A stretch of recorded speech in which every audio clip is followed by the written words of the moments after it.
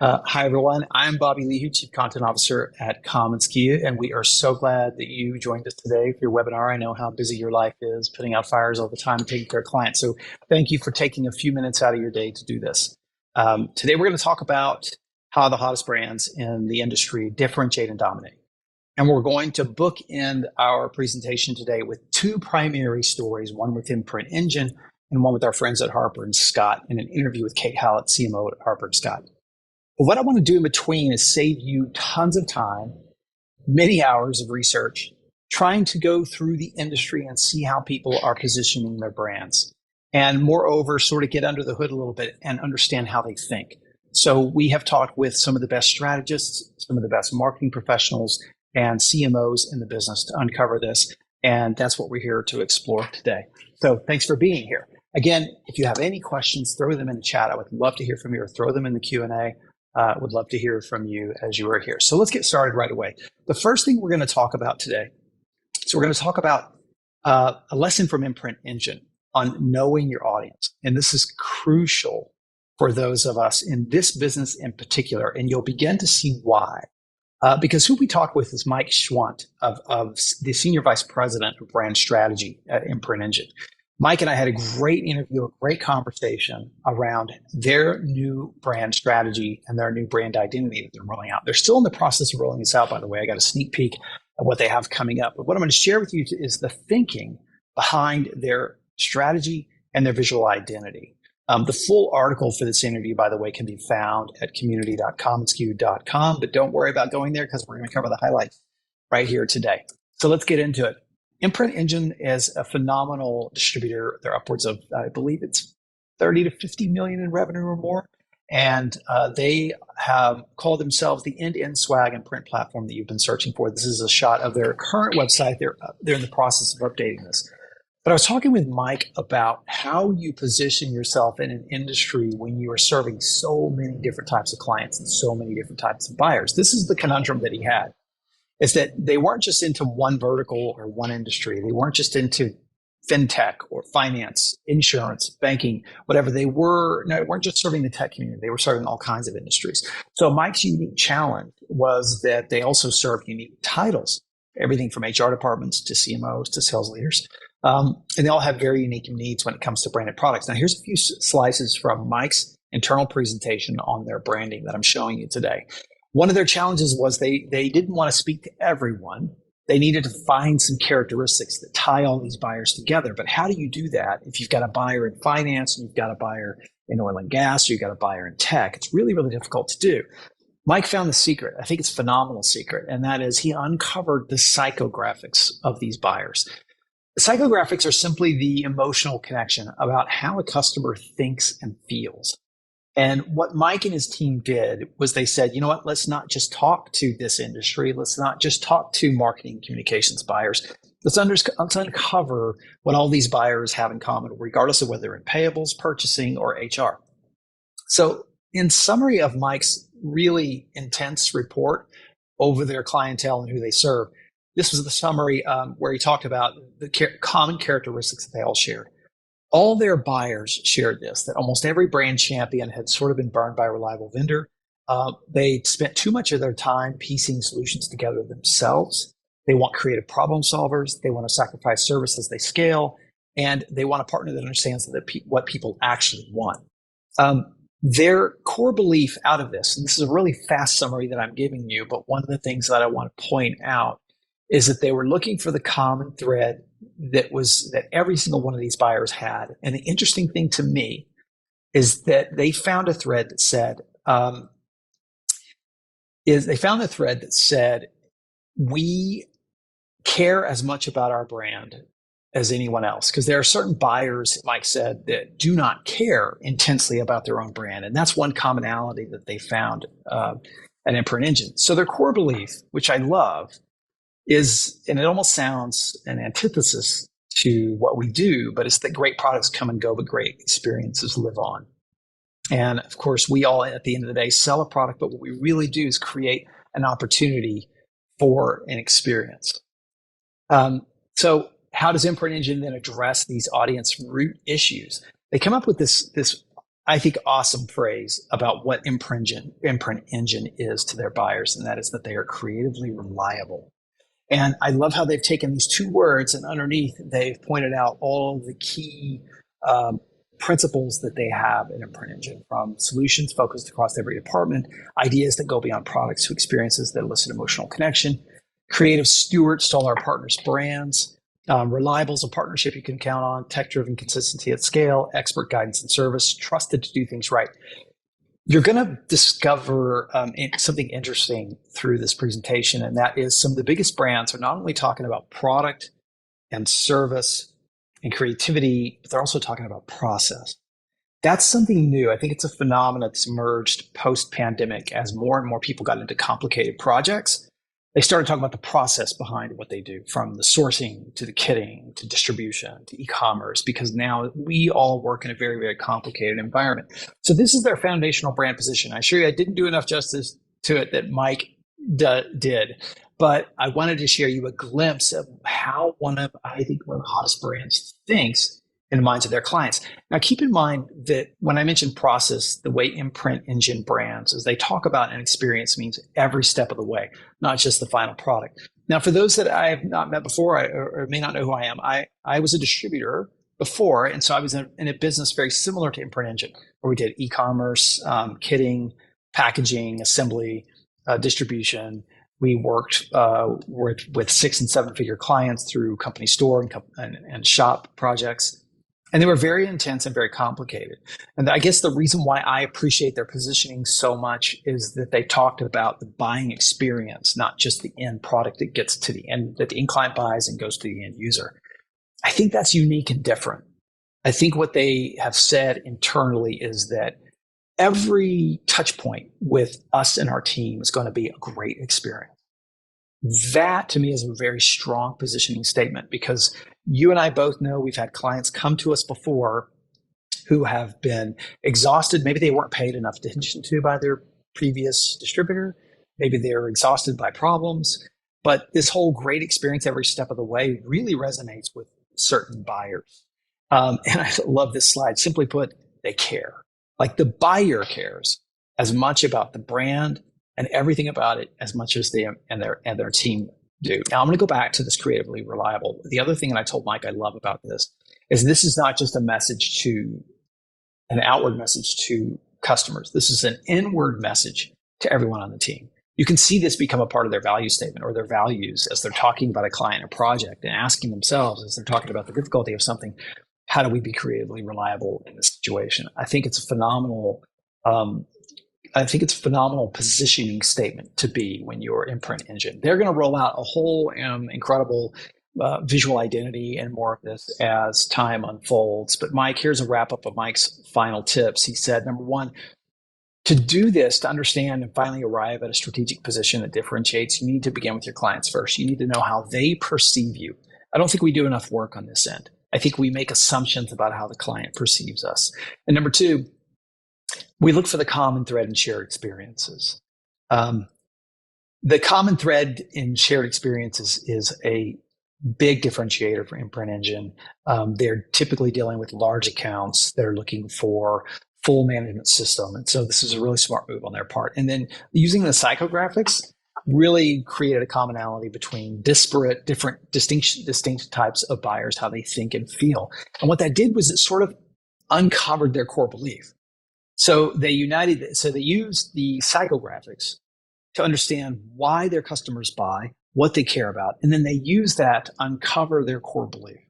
And their core belief then became a part of their service offer, or their service offerings came out of their core belief. So your core belief is your why we do what we do, and your services are actually the what. I think in our business, sometimes the reason why I like this is that we get product and what we do, like services, first, and do not spend enough time on the why. So I think that's why it's an incredible lesson. And finally, your core belief is what will unpack your strategy, which leads to your next step, your identity. This is another conundrum or a challenge that many entrepreneurs face when they start to rebrand. No matter how big they are, they can be huge, and they want to sort of jump ahead to the visual identity phase when they haven't done all of this other work before. The mining the data with clients, understanding who your clients are, why they buy from you, not making assumptions about the client, understand how they perceive you so that you can either change perceptions or rally around a common shared characteristic. So that's the thing I love too. Mike and I talked about this for a while about how we can end up getting way ahead of ourselves and missing the mark when it comes to target marketing with our strategy and what it is that we say that we do for clients. All right, number 2, for positioning. Now, we covered this with Imprint Engine, but I wanted to show you how one brand does it. But again, I want to save you time so that you don't have to go bounce around to a bunch of websites. I want to share with you some of my favorites and then talk just briefly about some of their positioning statements or just let you see them. And what I hope you can do with this, we're not presenting this so that everyone can become a Me Too and go out there and duplicate what it is that these other distributors are doing. We're showing you this so that you can understand the distinction between you and your brand. I know many of you get it as you're here on this call, but and I think the biggest distinctions are going to be found in your clients. But let's look at some of these brands and how they are positioning themselves in the market.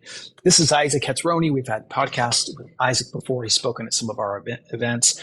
Isaac lives in Bali, I believe it is now, and runs a business all over the world. And I love their branding around the smart, simple, and superior, a tech-driven US-based partner for product sourcing and merchandising solutions. I thought it was brilliant because its worldwide focus on importing and exporting is a big deal. This is a distributor, just like you and I. It's just they decided to focus on that one thing. And then Pegboard, I just love how Pegboard rebranded. They created a completely different name. The thing I love about what Pegboard does is the simplicity. And you're going to see Harper and Scott unpack this as we get into our interview with Kate. Thumbprint is a perennial favorite of mine, longtime favorite, probably a favorite of many of yours as well. And I've always loved their strategic positioning. They unveiled this, I believe, right before the pandemic hit. And it was brilliant because here again is a very robust company that provides all kinds of fulfillment services and kitting and distribution.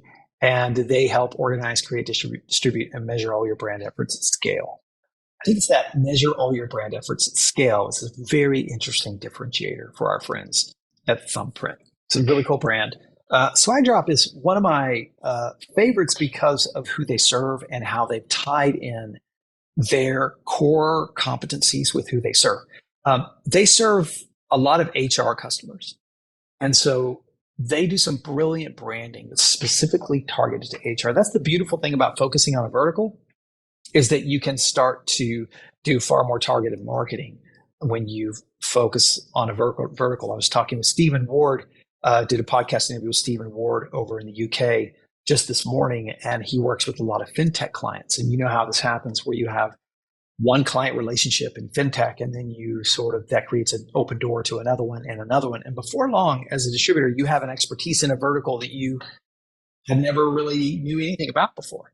And so because of that expertise, you're able to refine your marketing and messaging. And when you dig a little further into Swagdrop's website and things like that, you'll see their focus on HR as well. Our good friends at Brand Fuel, I just love the strategic thinkers, branded merchandise for strategic thinkers. The other thing I love about this, it's a little tiny nuance that if you know Robert Fiveash and Danny Rosen with Brand Fuel, the little copy there says Brand Fuel is a free-spirited, globally recognized brand merchandise agency. I love the free-spirited. A lot of branding comes out of the founders' personalities. That's a sort of a little pro tip, I think, as you're going through your branding to understand what it is that you care about, because you've personally built this passion around your brand, and it's emanated from those things that you care about the most. And you'll see that with a lot of really great brands. It's happened with our brand as well. Brian Scott, Brian, I saw your few questions there. Thank you for asking these. One was how they measure the impact of our medium. I know that is like one of the most pressing needs. I don't know the answer to your question, Brian, but I'm going to try and find out. That's a really great question. By the way, back to Thumbprint. You're referring to Thumbprints here, which I'll show. They are working on this behind the scenes, and I believe they have implemented some pretty successful things. But I haven't peeked behind that curtain yet. I'm not sure if Brian's going to let me, but we'll see. Brian with Thumbprint. Ryan, sorry, I got your question there. Thank you for that. Codas Design, Jeff spoke at SKUCon in January and talked a little bit about their growth journey. Phenomenal conversation. If you go out to community.com and SKU.com, you can find it. It was just 10-minute conversation. And it's just mind-blowing the way Jeff thinks. And their priority here is to make, manage, warehouse, and send amazing swag all from a single platform. Now, keep in mind, I'm giving you cursory glances at like homepages of some of the best brands in the industry. You dig down and dig deeper, you're going to find more of the core differentiation between these. And a lot of it has to do with the certain clientele that they serve. Our friends at Juice Marketing, we create experiences. Our friends at 12 NYC, we tell stories through culture making merchandise and experiences. I actually love this phrase, culture making merchandise. I think that's a really cool phrase. And if you know 12 NYC and their brand, you'll know that that fits their clientele incredibly well. This is an image from Advocate, and this doesn't do justice to them in the sense that it's just a little snapshot, but go to their website when you get a sec, go to Advocate, and you'll see a pretty impressive display of their strategic positioning and strategic branding. Also, probably one of the most creative displays that I have seen. That's Advocate, ADVOC 8. Okay, I hope that was helpful. Just kind of going through these different brands and looking at them and seeing how people position themselves and how they differentiate and define themselves to their audience. All right, number 3, we're going to talk about Kate's overarching message here is simplify. We'll let Kate talk about this in our interview. Kate Hallett is the CMO at Harper & Scott. She has 10 years of integrated marketing experience.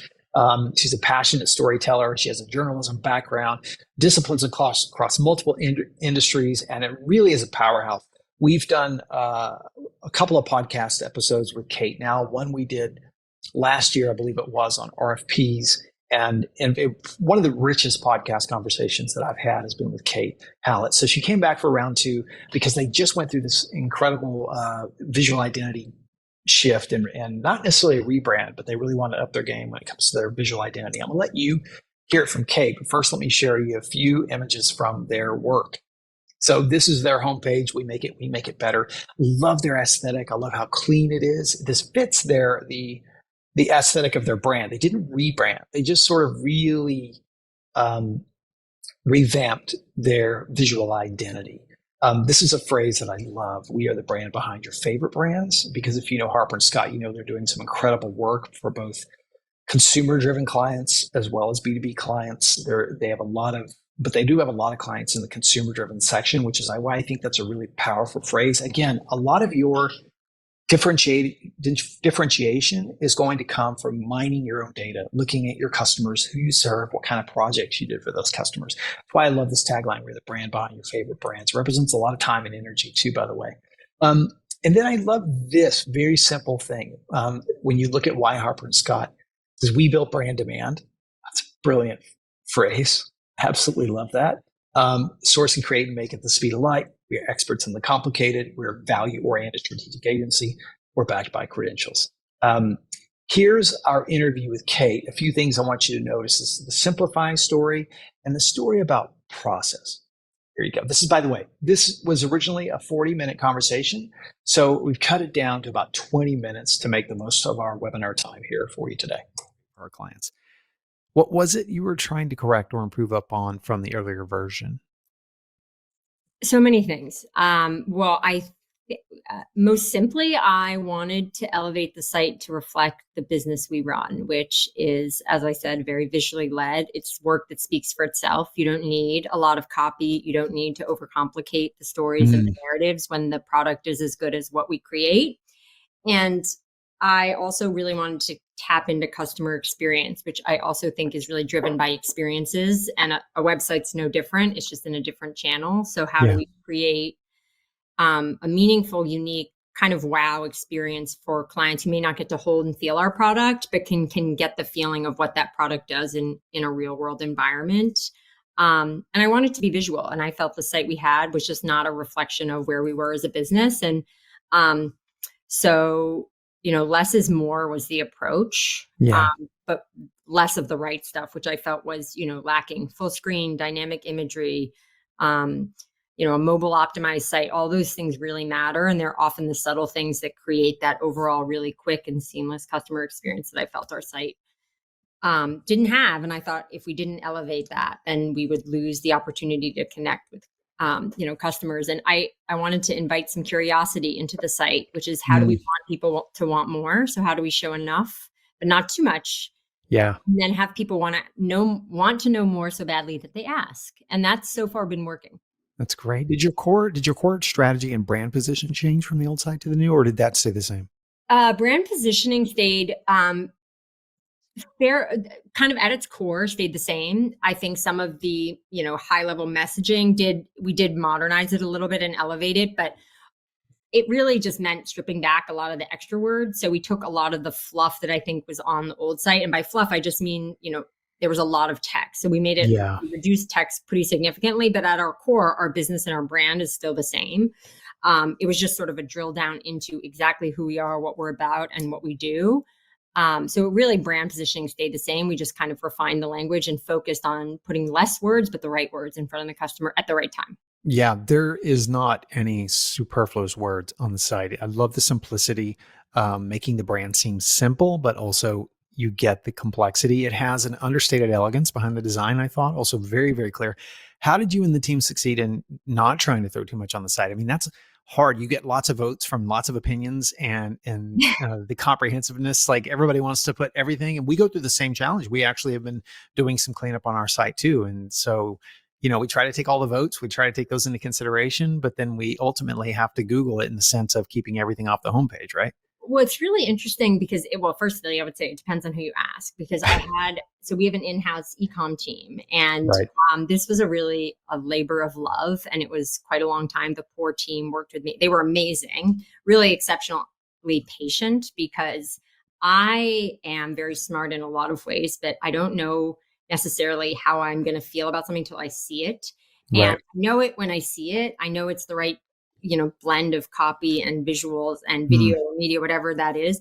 But until I see it, I can't. So we did a lot of revisions was how we got there. So we did a lot of wireframes, and by a lot, I mean, we did months and months and months of work playing around. And so they would always say, can we get your bad ideas out on the wireframes before we go and build it on the site? And I was like, yes, we can do that. So that was actually really helpful because we got to play around with stuff and actually get our hands into the work, pull things across, the things we liked from the current site, things we liked from the industry. So one of the first things I do is I have everyone that works on the website as a stakeholder or an actual, someone that actually works on the dev or the design. Everyone brings their favorite 3 sites for consuming media to me. So we go through on a call what our favorite sites are and why. So where do we consume our own content? Great idea. Because ultimately we're vying for attention. And attention from friends. Like the way we sit in social media is the same for a person as it is a brand. We're all fighting for people's attention.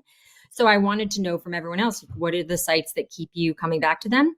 Yeah. And why? And for me, it's like the New York Times does some really rich media content and storytelling. And I love those stories because I think the video and the visuals are as much a powerful tool for communicating as the words themselves. But it's all of them together that really matter. So everyone kind of brought their own personal touches and why. And then from there, we kind of pulled in those things into those wireframes and played around with them because the site should reflect the business and the business is built by the people that work at it. And so I really wanted that feel and that input. And then we kind of just refined from there, which is like, what makes sense? What do we like that just doesn't work on the site? It doesn't feel like Harper and Scott. It's too many clicks. It's too many, a lot of this is pretty straightforward. You just have to get into the work. Right.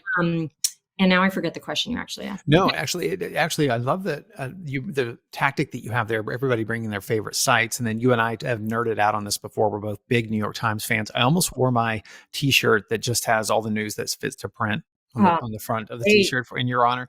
But I love that. It's a really good tactic, getting everybody's input that way because it's an easy way to get everybody's input. You get into the why. Something I love is do what? You don't have to use it either, which is that you give everyone an opportunity to voice, and everyone should have input, but then you can go with what makes the most sense as a cohesive site experience. I'm also glad you talked about the wireframing, and there's a little dance between copy and design, obviously, and the wireframing and how that took a while for you to figure it out. And I agree with you. Most of us are that visual. One of my favorite taglines is "We are the brand behind your favorite brands." I loved that. Thank you. Why that one? I'm just curious. Well, because I think when I started, I'm a big messaging person because I am a big Mhm. storytelling person. And Right. honestly, I can't really remember even what exactly it was when I started, but I felt like when I started Harper and Scott, the messaging didn't do us justice as a business. I think that there's so much about what we do that is too tactical and that we don't give ourselves enough credit. So and so I came in and my job was to actually give as a consumer and coming from the client side, I was like, you need to speak your truth. You need to know your worth, which Yeah. was, we are the brand behind your favorite brands, and brands are remembered by the stories they tell and the products they create and things like that. So when we are a huge part of a Sephora loyalty program, that means we are the people they trust with their customers, right? We put the products they take home are the products we create for Sephora. Same for a lot of our clients is the fact that we have their trust with their customers is huge. Yeah. So I like being the brand behind your favorite brands because that's exactly what we are. Our job is to make them successful, is to tell Yeah. their stories, create their products that create those meaningful connection to customer. But thank you. I really like that line as well. Strong messaging. Yeah. Under the why, a few other faves I had. We build brand demand. That's a fantastic line. And then we are experts in the complicated. Under quick links, where you normally have about us, you have a heading titled "Our Thinking," which is brilliant. This is intended to be a blog, like your recent post celebrating B Corp? Yeah. So our thinking is sort of a bigger, it's not just blogs. It's pretty much anything that reflects our thinking. So it's as straightforward as it sounds. The goal here is to create a hub for thought leadership. So without limiting ourselves to just blogs or a certain form factor, I want to create a space in which people, because that's a lot of what our clients come to us for, is our thinking and what our opinions are, what we're seeing in the space. And a huge part of Harper and Scott is all about value delivery, right? How do we give value to clients in ways that other vendors can't and won't? And for us, a lot of that is the subject matter expertise our team brings, whether it's e-com or operations, so being the experts in complicated, or it's from a design side. All of that thinking really matters. And I think the website provides an opportunity for us to scale that thinking to clients in ways that maybe are easier for them to consume, which is, I know that a lot of times we want it to be a live conversation, but we are built to be the resource for the customer. So we have to be on the channels and in the medias that they're consuming and when they're consuming. So, having a hub on our website where that content and thinking can live will really serve that engagement with them. And I kind of think of websites as that long-term delivery partner. Like it's just always on. So it may not do something in the short term that's dramatic and like significant. It's not going to change your business overnight, but it does create value in a channel that is super important. And over time, it shows itself. Yeah. So it's like the work that no one sees, but it shows long-term return. Yeah. So that's the point of that page. But the experts in the complicated and the we build brand demand, those two kind of tenets came out of an RFP, actually. So that messaging, actually, this isn't a very story, but I had an all-nighter, my first all-nighter at Harper Scott, like full all-nighter, didn't sleep. Oh no. The messaging came from one of our live pitches, and we were going through this beautiful visuals, and I said, we need higher, more elevated messaging for how we speak to this stuff. And so they came out of like, a 3 a.m. bender, basically, where I was typing away. But it's true. It's like most companies don't do both. They do one really well. They do the back end logistics complexity really well, but they don't care and aren't good at the front end, the design. We're good at both. We understand the front facing side of the business and the customer, but we also are really good at the stuff that no one else wants to do, can do. We're experts in that, like in that complicated and in that speed. So I think those are two kind of core tenets of our business that I think we as a business, I'm really focused on growing this year and building on. Yeah. Let's talk about that for a minute, because you mentioned that you have a phase 2 for the website, and that's where you're at now, that it's about turning the new website into a hub for exceptional storytelling, focusing on client studies as testaments of their success versus writing case studies about ourselves, which is what we do now. What's the difference? I think you and I know the difference, but I want to hear you talk about it. Yeah, this is the hill I'll die on because, listen, it's not Harper and Scott, it's every company. Right. My last company, especially. You join and your job is to tell stories, exceptional stories for your clients, because you do exceptional work, but you end up often companies get into a place where they write the story about themselves, about how much work and effort it took to do the thing that they do. So I get why most brands fall into that pattern, but I see our job as being, it's our responsibility and opportunity to tell our clients' growth story or their product story, and Yes. to focus on outcome or moment. And I think people often think the story is in the delivery, and I often think the story is in the details. Oh, The story itself can be about, how you landed on one color or a woven tag. Like that can be the yeah. story. You just have to know those little details, and you don't need to tell the full A, B, C, D, E, F, No. G element of the story. So I really want to build the site out to be this like beautiful kind of repository of small but meaningful stories and moments that reflect the ways in which we work, which is those attention to details. Yeah. Storytelling going forward is really about the right details and talking about why they matter, because that's why we matter in this space, which is that we are attentive to details that other vendors or partners are not. Mm-hmm. And we bring them to light, or we pride ourselves on bringing them to light. So I think stories should reflect that. They really aren't about, it took us, so much time and work and effort to do the thing that we got paid to do. It's about all the other stuff that kind of comes into play in a project. What other elements are you hoping to bring together into the site for part 2? Are there other things that are big on your? Yeah. So I think one of the things that we didn't get to do this one that I really want to bring in is a lot more of our pre-design, so pre-final product process. So one of the areas of the site is really, I always say our product is our process, actually. And I think that part of our story, and it was actually the most challenging part of the site. And that's largely because I just don't think we have the story fully. It's not baked out yet quite. And it was interesting to me because I am quite strong in a lot of those things: journalism, writing, narrative, messaging. But it was really difficult for us to articulate that story in that process in a way that felt simple enough for anyone to really understand it, which is like, how do we get from the starting point of a brief to the final product, and the process of our creative team, our production team? That's a really complex story for us to tell ourselves, which I know we're not there yet, but I think it's the next step is how do we convey with visuals, with video, with more media than just, your standard rendering, with 3D, with a lot of the things that we do for clients. I want to be able to pull those mediums in to tell the story of our process, which is like the sketching, the rendering, the revisions. All of that stuff is really kind of, I still feel like, can be built out onto our site and showcase that we're not just putting product on a page. It's so much more than that. And that's really where Harper & Scott shines. And that's probably the most important story that we'll tell. And we're not there yet. But the good news is we do it already. So that's, most brands have to fake their way through a story. The best part about Harper & Scott is that we do it. And now it's about going, how do we tell this with the right entertainment and education to get the client both informed and excited to want to reach out and work that process for their brand with us. But a lot of companies have an undermined, under-discovered resource in their process and how they work. And we might take it for granted because we do it all the time. It might be a muscle reflex. We sort of put it under the umbrella of customer service. Well, that doesn't answer anything, right? We're known for our service and creativity. That's what people say all the time. What does that exactly mean? And because projects have gotten more complex, I think, than ever before, process is far more important now. Yep. And trust doesn't come from a product delivery. It comes from the ways in which you get to the product. So all of the relationship building, like trust, loyalty, like honesty, all of that doesn't come through a product. It comes through the relationship between the two brands working to develop that product. So that's why I also think it's super important.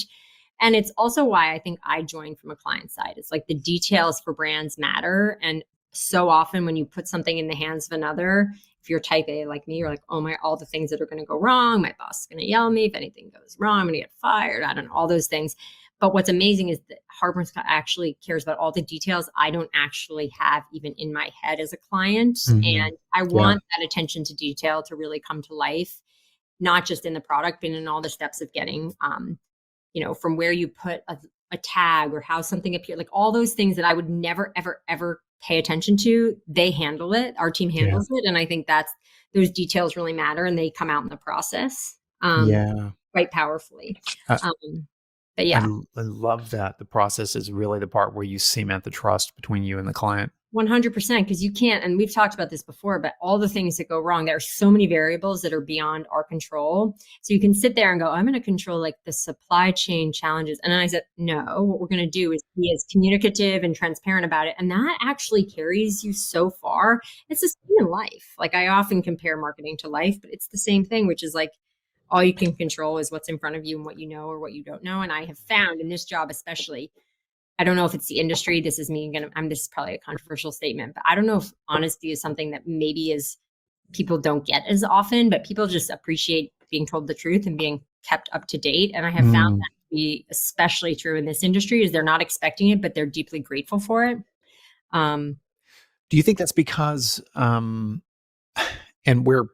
this is just conjecture, but do you think that's because we also just don't want to tell the client the details? Maybe something really messy happened with the project and we're afraid to tell them those details? 100%, but also, yeah, I think it's classic. I don't think it's specific to us necessarily, but I do think it's that you don't want anyone to think anything's wrong. The truth is they're going to find, I'm always like, the truth, it just sets you free.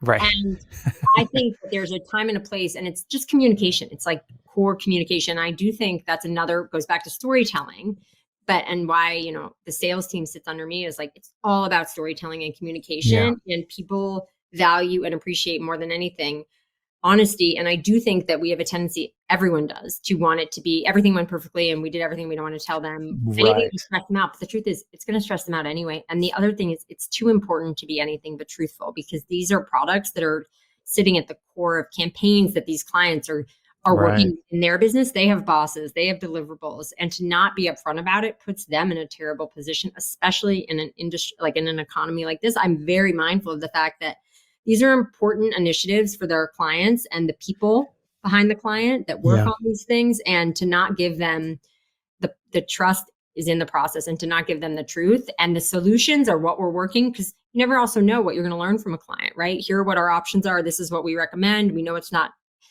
ideal to be where we are in these circumstances, but we have these 3 options. We're leaning towards this. What are your thoughts? Like, people actually, I think that goes a lot farther than people think. Sure. Yeah. Last question.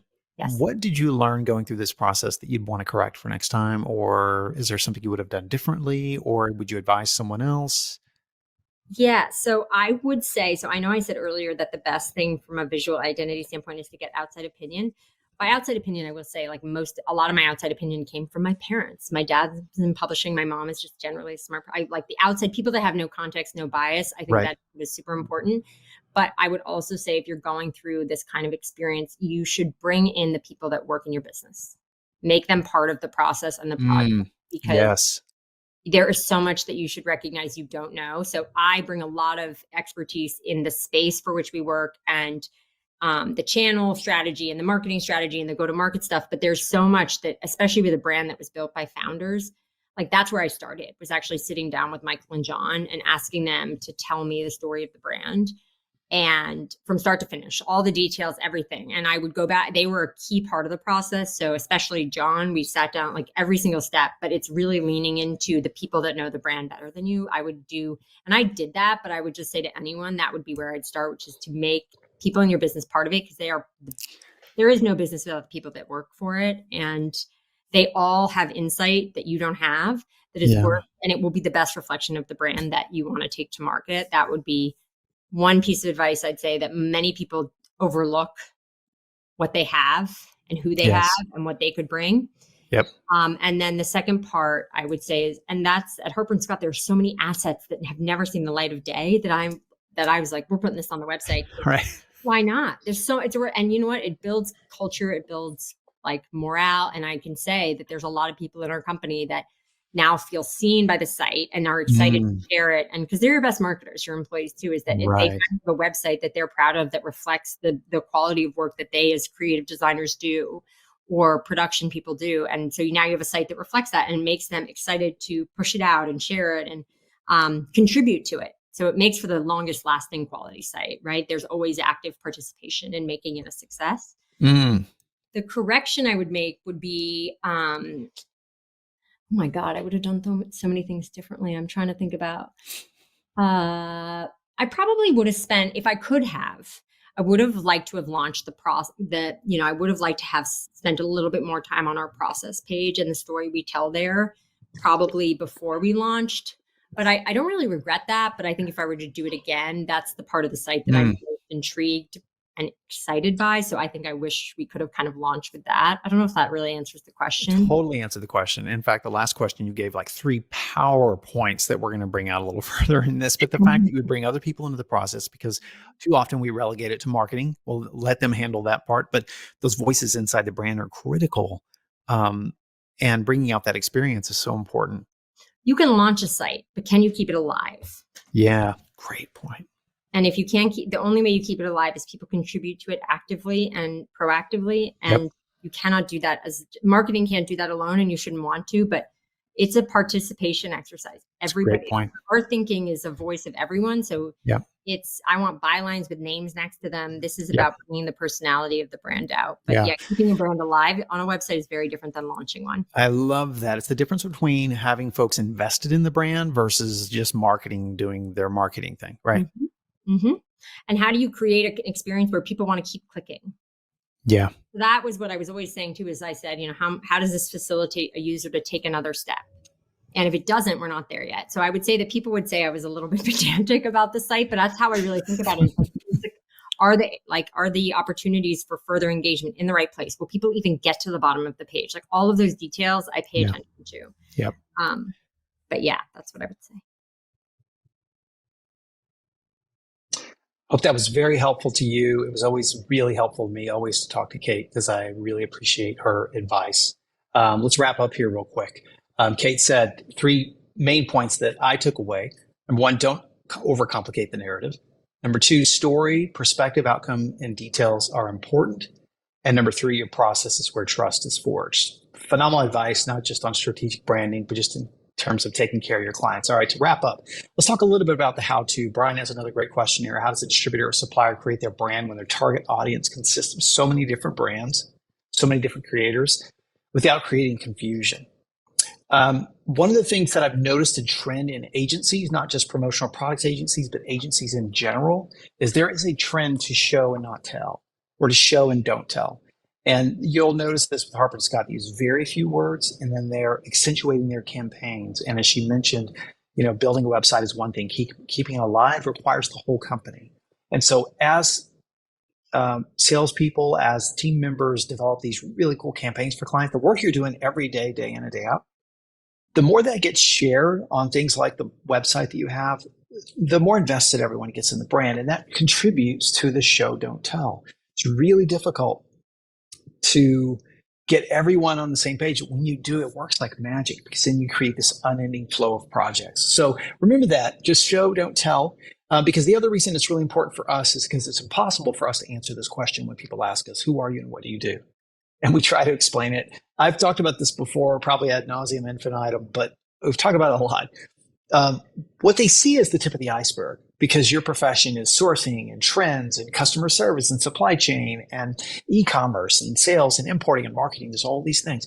But the visuals share so much. So that's why they're really, really important. To answer Brian's question, this exercise seems so simple. I promise you that if you really spend some time on it, you're going to unearth those distinctions that you have, even though you're serving different brands, different buyers, and different companies.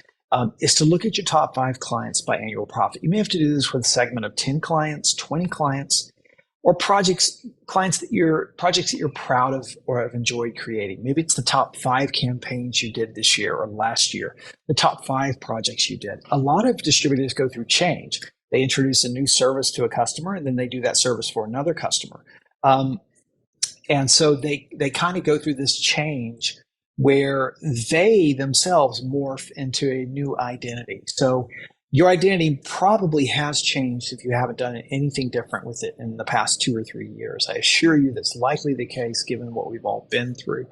There, Ryan, I hope that's shared. We also will share this presentation for everyone, the slides and the video and the recording of it as well. There's that screen for you. Top 5 clients, top 5 campaigns or projects, and a little thought exercise for you. Think about what it is that you do as a brand. I've always loved this visual. Apple, when you look at Apple and what it is they do, what they do is they empower creative exploration and self-expression. Starbucks, they inspire and nurture the human spirit, one person, one cup, and one neighborhood at a time. Best Buy, I actually love this, enrich their customers' lives through technology. It's so simple, but it's powerful. And Sanmar, one of my favorite industry brands create meaningful connections that elevates life. Finally, I want to wrap up by saying we have a couple of really great resources for you. Luke Williams, commonsku's digital marketing manager, did a great SKUcast episode with us where he talked about the critical components to a high-performing website. And then we have 3 keys that will help you unlock an effective website as well. Both really helpful resources. And finally, if you do not know yet about our newsletter that's released twice a month called The Backpack, I encourage you to check it out. Go to commonsku.com/backpack and you can see some previous issues that we've released. It's a lot of fun and very informative, covering trends and just merch life in general. And finally, if you want to learn more, visit us at commonsku.com and we'll show you how to scale and grow your business with the powerful tools that can get you to your next level. Thanks for joining us for today's webinar. I hope this was helpful. Check out more and more resources at commonsku.com, and we'll see you next time.